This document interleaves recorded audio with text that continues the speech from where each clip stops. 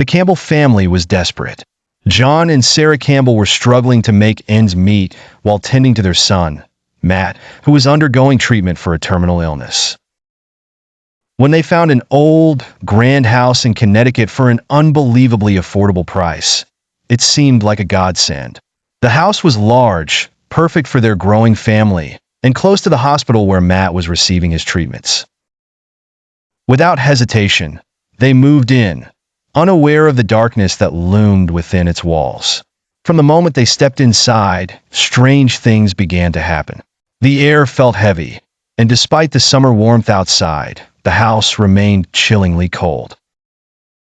At first, it was small things: a whisper in an empty room, the distant sound of footsteps creeping through the halls at midnight. Matt was the first to experience the malevolent presence. Late one night, while struggling to sleep, he saw the figure of a man standing at the foot of his bed, his form faint and ethereal, yet undeniably there. The man's eyes were hollow, and an overwhelming sense of dread washed over Matt, paralyzing him with fear. Over the next few days, the sightings grew more intense and frequent. Sarah found herself waking up at exactly 3:15 a.m. every night, a time that seemed to pulsate with an unseen energy. She would hear faint cries and smell a nauseating stench that permeated their bedroom. Trying to dismiss these occurrences as stress-induced hallucinations, John remained skeptical until he, too, experienced the horror. One evening, while alone in the basement, John discovered an old, dusty box filled with photographs and articles about the house's history. His heart sank as he read the grim details. The house was once a funeral home, and the basement had served as the embalming room. Murders, necromancy, and unspeakable rituals had been performed within these walls. It was as if the house had absorbed all the malevolence and suffering from its past tenants.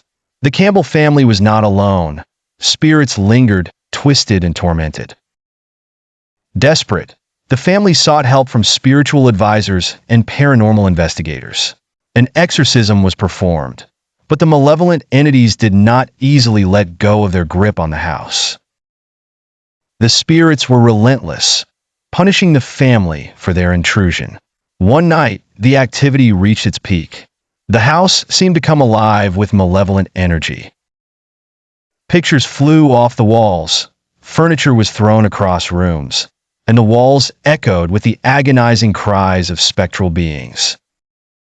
In a climactic moment, Matt, standing in the center of the living room, faced the apparition of the former mortician, who reached out with a decaying hand, trying to claim him. With a primal scream, Matt summoned all his willpower and commanded the spirit to leave. For a moment, it seemed as though the house itself paused, the air thick with anticipation, and then silence. The spirits receded, leaving the Campbell family shaken but alive. They left the house the next day, abandoning both their perfect home and the spectral nightmares.